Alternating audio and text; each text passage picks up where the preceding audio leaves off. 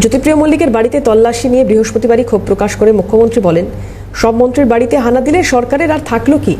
প্রশ্ন উঠেছে, প্রশাসনের দুর্নীতির ঘুণ সম্পর্কে কি জানতেন না মুখ্যমন্ত্রী? সব জেনেও কেন নেননি কড়া ব্যবস্থা? লিমিট যখন লিমিটলেস হয়ে যায়, বাঁধন যখন বাঁধন ছাড়া হয়ে যায় এবং বাঁধন যখন বাঁধন হারা হয়ে যায়, আজকে আমি বলতে বাধ্য হচ্ছি, আজ ভোরবেলা থেকে লোকে বিজয়া দশমী করতে গেছে, গিয়ে দেখে বালুর ঘরে ইডি গিয়ে রেড করছে। তো সব মিনিস্টারদের বাড়ি গিয়ে যদি রেড করে, তোর গভর্নমেন্টটা বাকি থাকলো কি?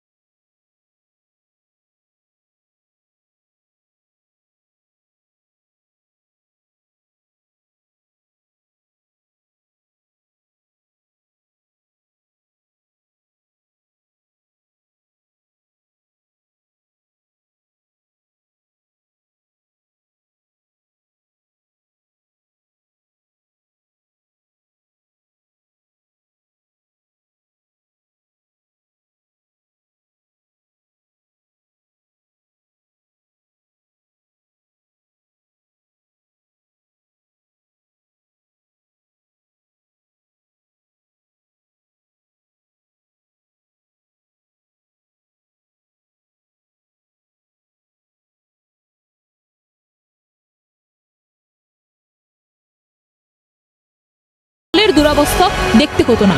আগামী দিনে কি তিনি কঠোর হতে পারবেন দলের ভিতর দুর্নীতির বিরুদ্ধে?